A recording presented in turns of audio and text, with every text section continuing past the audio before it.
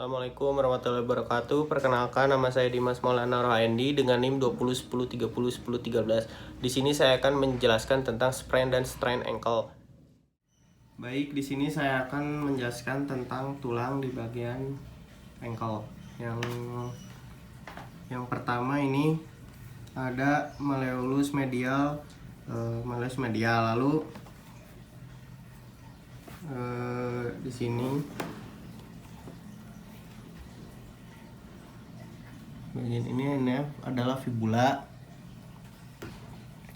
lalu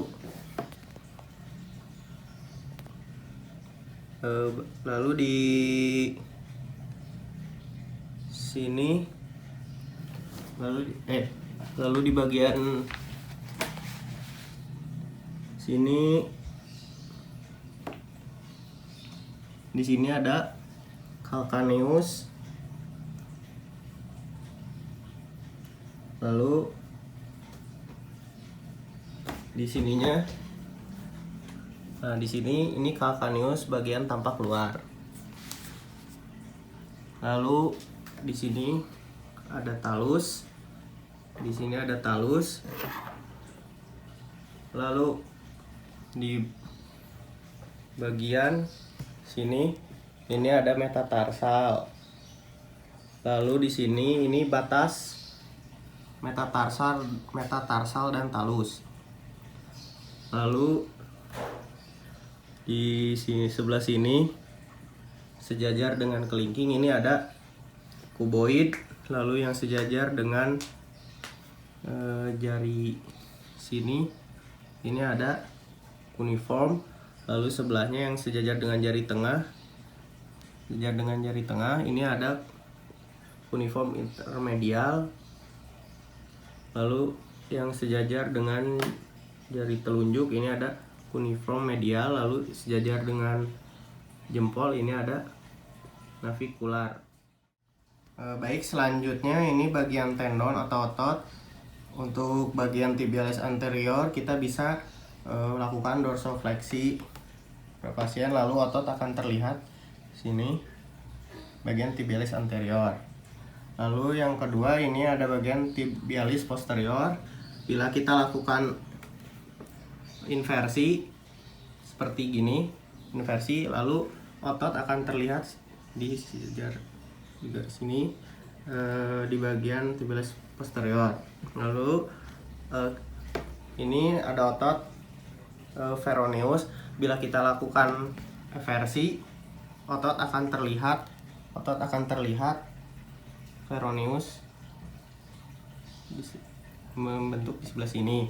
Lalu untuk otot gastroc dan soleus ini menyatu dengan Achilles, ya, dengan Achilles tendon. Baik, selanjutnya ini ada ligamen. Ini untuk bagian medial, ya.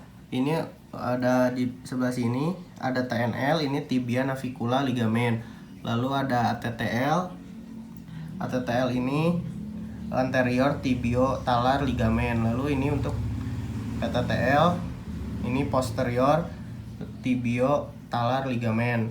Lalu ini ada TCL, ini tibia calcaneus ligamen. Baik, selanjutnya ada bagian lateral untuk ligamennya. Di sini ada ATFL, ini anterior talus fibula ligamen. Lalu ada ini CCL calcaneus cuboid ligamen. Lalu ada CFL, ini calcaneus fibula ligamen. Ini ada PTFL, posterior talus fibula ligamen. Dan ini yang cuboid ligamen, ya, CCL calcaneus cuboid ligamen. Baik, selanjutnya ini ada bagian asesmen. Asesmen ini ada 5 bagian. Yang pertama ada aktif, yang kedua ada pasif, yang ketiga ada resisted, yang keempat ada specific test, lalu yang terakhir ada palpasi. Baik, yang pertama ini ada asesmen aktif. Aktif ini sebenarnya pasien disuruh gerakan sendiri, bisa dengan berdiri tegak. Lalu apakah tanya pasien sudah mengalami nyeri, lalu misalnya belum, bisa kita lakukan dengan berdiri dengan satu kaki, kalau misalnya belum juga bisa dengan jinjit dengan satu kaki. Bila misalnya sudah sakit, kita bisa melakukan tes dengan mengukur nyeri dengan menggunakan VAS, alat ukur VAS. Selanjutnya ada tes pasif. Pasif ini tujuannya untuk mengetahui ROM dan Enfield. Pengukurannya untuk ROM ini pengukurannya bisa menggunakan geonometer, lalu kita bisa melihat nilai normalnya berapa di ISOM ya. Misalnya kita lakukan dorsal, lalu bandingkan dengan kaki sakit. Misalnya yang kaki sakit ini 35 derajat, lalu normalnya 40 derajat, berarti ada keterbatasan gerak ya. Lalu ini tidak cuma dorsal aja, untuk gerakannya bisa semuanya, plantar, eversi, inversi. Lalu yang kedua itu mencari Enfield atau elastis. Enfield di bagian ankle ini adalah elastis joint ya. Misalnya kita dorsal, lalu dorong, otomatis ankle ini akan kembali, itu yang dinamakan elastis. Lalu pada pemeriksaan Enfield juga, misalnya hasilnya hard atau keras, itu berarti ada terjadi masalah. Selanjutnya ada tes resisted. Tes resisted ini untuk mengetahui kekuatan otot jika ada permasalahan. Untuk mengetesnya kita bisa menggunakan MMT, cek semua gerakan ya. Misalnya dorsal ini kita lawan tahanan, kita dorong kita lawan tahanan. Nah, untuk nanti kita nilai MMT-nya berapa, atau 0, 1, 2, 3, 4, 5. Cek semua juga untuk gerakan plantar, lawan tahanan, untuk eversi ya. Kita ada tes spesifik tes ya. Spesifik tes ini ada kombinasi movement. Ini ada 4 gerakan ya. Yang pertama ini kita bisa lakukan plantar, lalu kita abduksi, lalu dipronasi ya. Ini tujuannya untuk memprovokasi di bidang nyeri di bagian medial. Lalu yang kedua itu gerakan plantar, aduksi, lalu supinasi.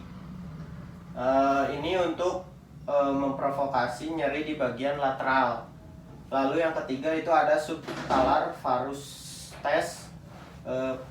Kita bisa pegang calcaneus, lalu distraksi, lalu arahkan ke inversi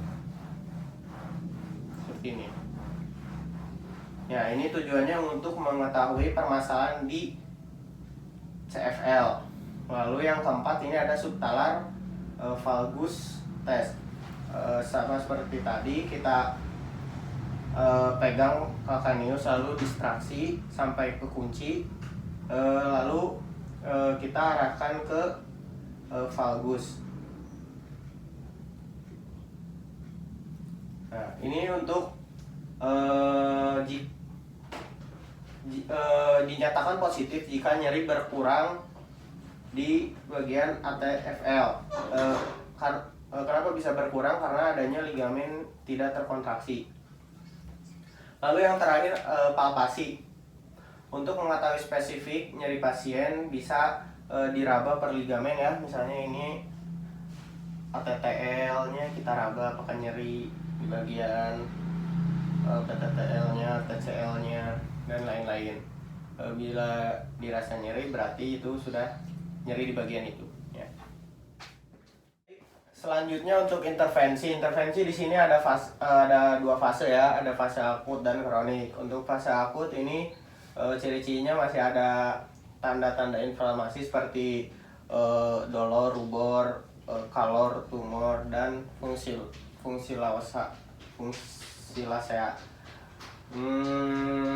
Untuk yang pertama ini ada namanya Price, Polish, dan Peace. Untuk yang pertama ini Price ini singkatan dari proteksi, rest, ice, compressing, dan elevasi. Protraksi ini kaki bisa mengganjal kaki ya, seperti ini, tidak gerak. Ya.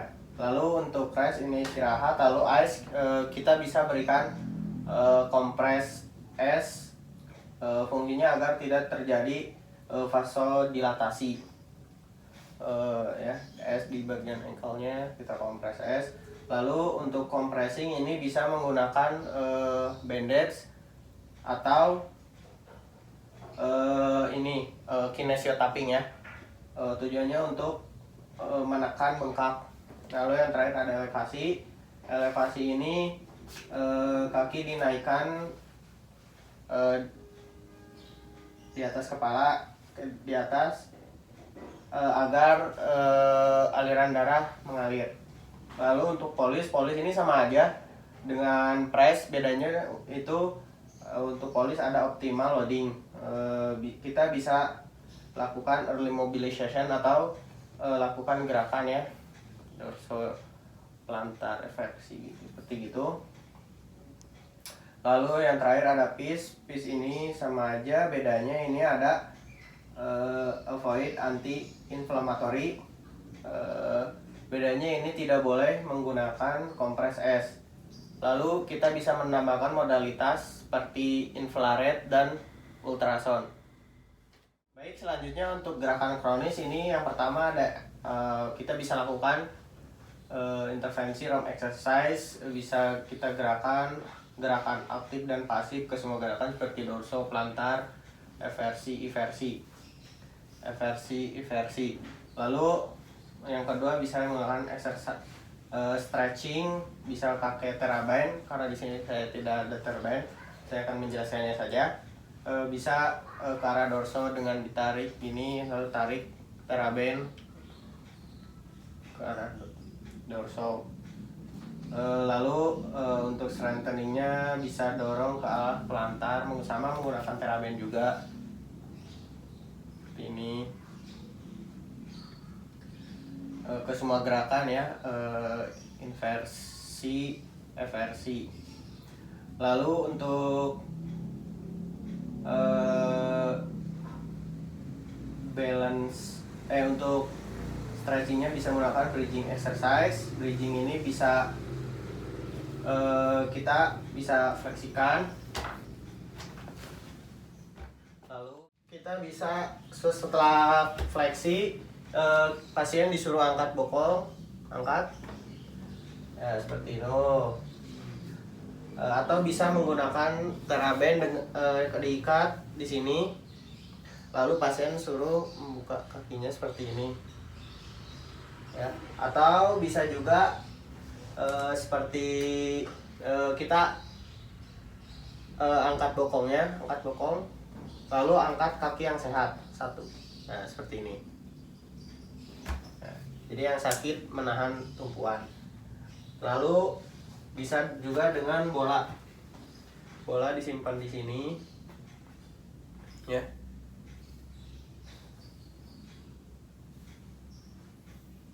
Ini lalu tekan gitu. Baik, selanjutnya untuk tes balance ini bisa pasien disuruh tegak berdiri, lalu menutup mata, membuka mata, menutup mata, membuka mata, seperti itu. Kenapa disuruh begitu? Karena dengan tutup mata dan buka secara terus menerus pasien akan merasa pusing, dan di situ kita bisa tes keseimbangannya. Lalu tes balance juga bisa dilakukan dengan berdiri dengan satu kaki, angkat kaki yang sehat. Lalu kita pasien suruh tutup mata, buka mata, tutup mata seperti itu agar dia merasa pusing. Lalu kita tes keseimbangannya. Untuk tes stabilisasinya kita bisa lakukan dengan pasien disuruh jinjit selama 10 detik, tahan 1 2 3 4 5 6 7 8 10, lalu turunkan. Bila lancar, lalu kita bisa menggunakan satu kaki angkat, lalu jinjit, tahan 10 detik 1 2 3 4 5 6 7 8 9 10, seperti itu. Sekian video yang saya buat, kurang lebihnya mohon maaf. Wassalamualaikum warahmatullahi wabarakatuh.